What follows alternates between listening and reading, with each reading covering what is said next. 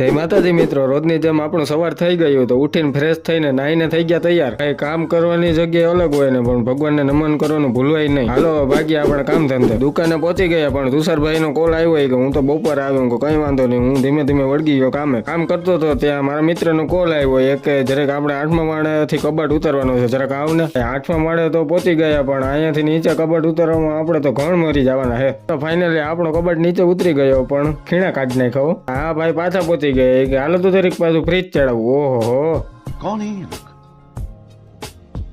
कहाँ से आते हैं? અહીંયાથી કબાટ ઉતાર્યો, હવે પાછું ફ્રીજ ચડાવવાનું છે. આપણે તો સેવામાં જ રહેવાનું હે ભાઈ. માંડ ફ્રીજ ચડાવ્યું પણ અહીંયા પહોંચીને એમ થતું હતું કે હમણાં ચક્કર આવીને પડી જાય. હું પહોંચી ગયા દુકાન, હવે દરવાજે બનાવી નાખીએ એટલે આનું કામ પૂરું થાય ભાઈ જલ્દી. દુકાન પહોંચીને તુષારભાઈ તાર સરખી કરે એટલે પછી દરવાજા બનાવી નાખીએ. હાલો મિત્રો, સાંજ પડી ગઈ. આપણો વ્લોગ અહીંયા પૂરો કરીએ છીએ. ફરી પાછા મળશું નેક્સ્ટ વ્લોગમાં.